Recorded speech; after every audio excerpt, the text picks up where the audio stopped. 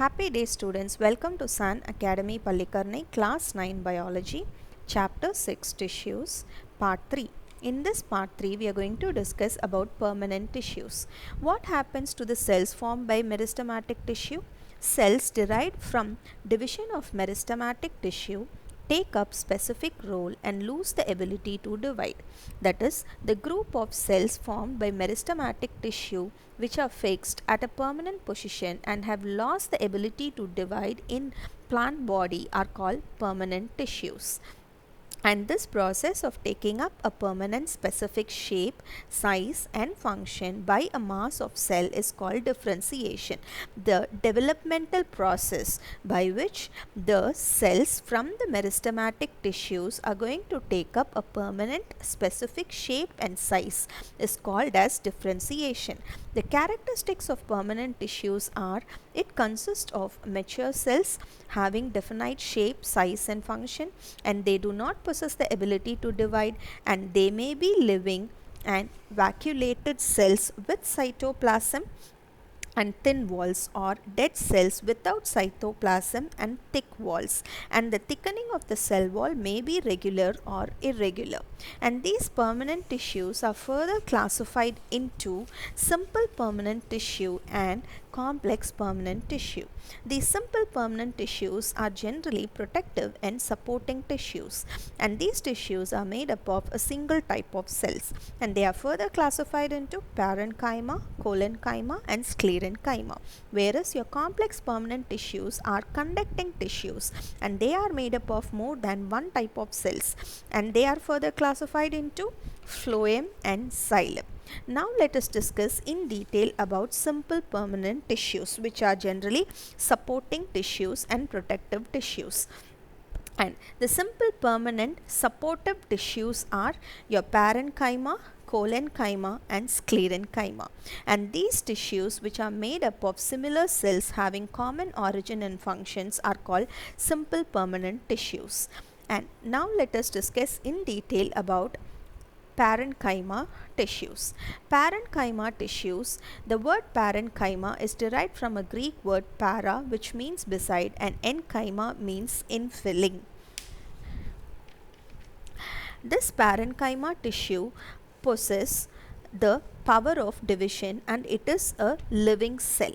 The cells are round or oval or polygonal or elongated in shape. That is, the parenchyma cells are isodiametric, which means that it expands equally on all sides. The cell wall is thin and it encloses a dense cytoplasm which contains a small nucleus and surrounds a large central vacuole, and the cell wall is actually made up of cellulose. And these parenchyma cells have a large amount of intercellular space in them. That is, they are loosely packed, which results in the abundant presence of intercellular space between the parenchyma cells.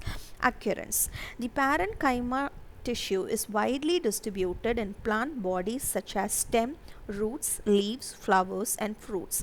That is, the parenchyma tissue is found in the soft part of the plant such as cortex of root, ground tissues in stems and mesophils of leaves. It is also distributed in the packaging tissues in xylem and phloem.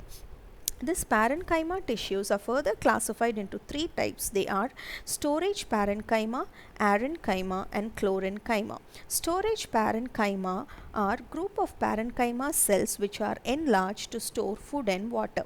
Arenchyma tissue is a type of parenchyma tissue in which large air cavities are present in the ground tissue. It is generally found in aquatic plants, and it is only this arenchyma tissue which is allowing the aquatic plants to float on water. Chlorenchyma tissues. The parenchyma tissues, which consist of chloroplast and are able to perform photosynthesis, are called chlorenchyma tissues. Now let us discuss about the functions of parenchyma tissues. First, it serves as package tissue. Parenchyma tissues serves as package tissue in order to fill the space between other tissues and maintains the shape and firmness of plant due to its turgid cells, and it provides primary support. Due to turgidity property, parenchyma acts as primary support to the stem of the plant. Its another important function is storage and assimilation of food. That is, the main function of parenchyma is to store and assimilate food. Parenchyma serves as food storage tissue in the cortex of potato tuber, in which the starch is getting stored. It allows gaseous exchange. Parenchyma cells are metabolically active. Their intercellular space allow gaseous exchange to take place. If chloroplast is present in parenchyma tissue, it is called chlorenchyma and it allows photosynthesis to take place.